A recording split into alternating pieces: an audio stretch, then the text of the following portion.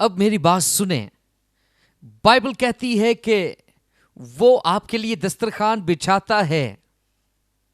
آپ اپنا دسترخوان تب تک نہیں پا سکتے جب تک کوئی آپ کو گائیڈ نہ کرے. مجھے نہیں لگتا مجھے کسی نے سنا.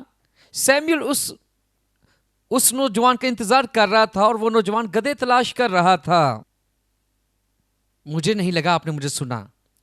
نوجوان گدھوں کی تلاش کر رہا تھا، لیکن جب وہ نبی سے ملا تو نبی گدھوں کی بات نہیں کر رہا تھا. کیا آپ سن رہے ہیں میں نے کیا کہا؟ وہ گدھوں کی بات نہیں تھا کر رہا، بلکہ وہ اس سے کہہ رہا تھا کہ آؤ اور اوپر جا کر کھانا کھاؤ. ہم دیکھتے ہیں کہ اس سے پہلے کہ خدا آپ کو تاج پہنائے، وہ نبیوں کی محفل میں آپ کو بٹھاتا ہے تاکہ آپ کا منصوبہ بتائے کہ کل کیا ہونے کو ہے. اور یہ آپ یہ بھی دیکھتے ہیں کہ بہت سارے لوگ روح کے دائرے میں اپنی لڑائیاں ہار جاتے ہیں کیونکہ ان کے پاس اس چیز کا اشارہ نہیں ہوتا کہ کس سے لڑ رہے ہیں اور کیا داؤ پہ لگا ہے. لہٰذا جب آپ کھڑے ہوتے ہیں تو پہلے ہی جنگ ہار چکے ہوتے ہیں، کیونکہ آپ کے پاس کوئی اشارہ نہیں ہوتا کہ آپ کس کے لیے لڑ رہے ہیں.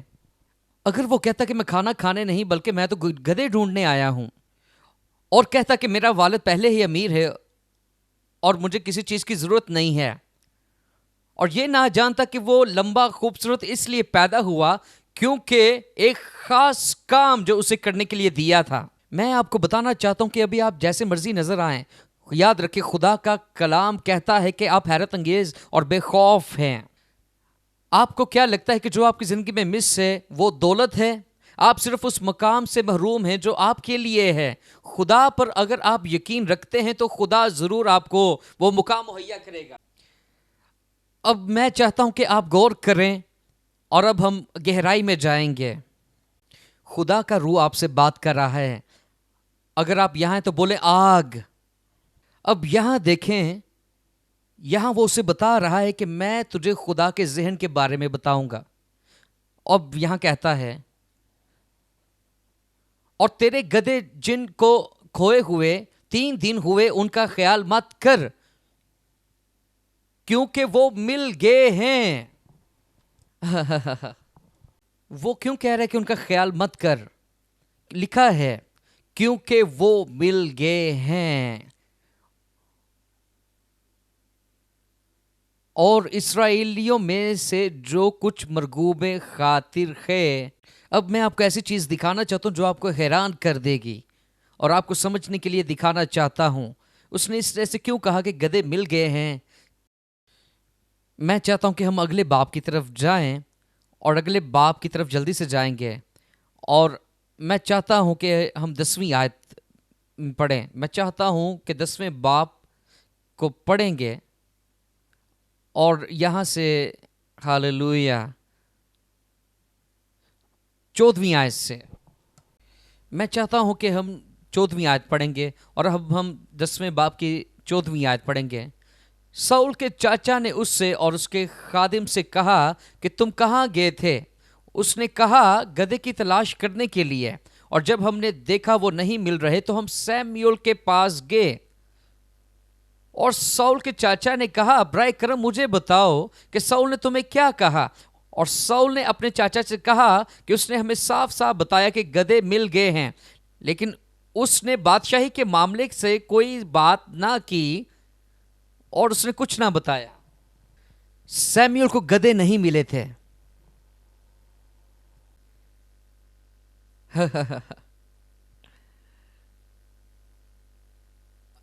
آپ کو نہیں پتا چلا کیا ہوا. اس کا چاچا گھر میں تھا اور کچھ دنوں کے بعد ساؤل واپس آ رہا تھا. تم کہاں تھے؟ ہم گدھوں کی تلاش کر رہے تھے، ہمیں نہیں ملے تو ہم سیموئیل کو دیکھنے چلے گئے. سیموئیل نے کیا کہا؟ اس نے ہمیں صرف یہ بتایا کہ گدھے مل گئے ہیں.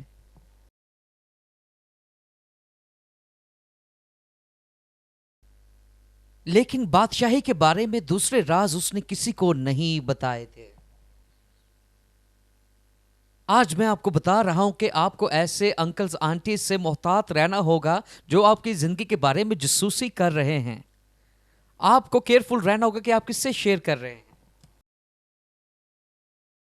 مجھے ایسا لگ رہا ہے جیسے میں اپنے آپ سے بات کر رہا ہوں. کیا میں آپ سے اپنے آپ سے بات کر رہا ہوں؟ اب مجھے صاف سنیں. میں چاہتا ہوں کہ آپ خدا کی روح کی مدد سے سیکھیں.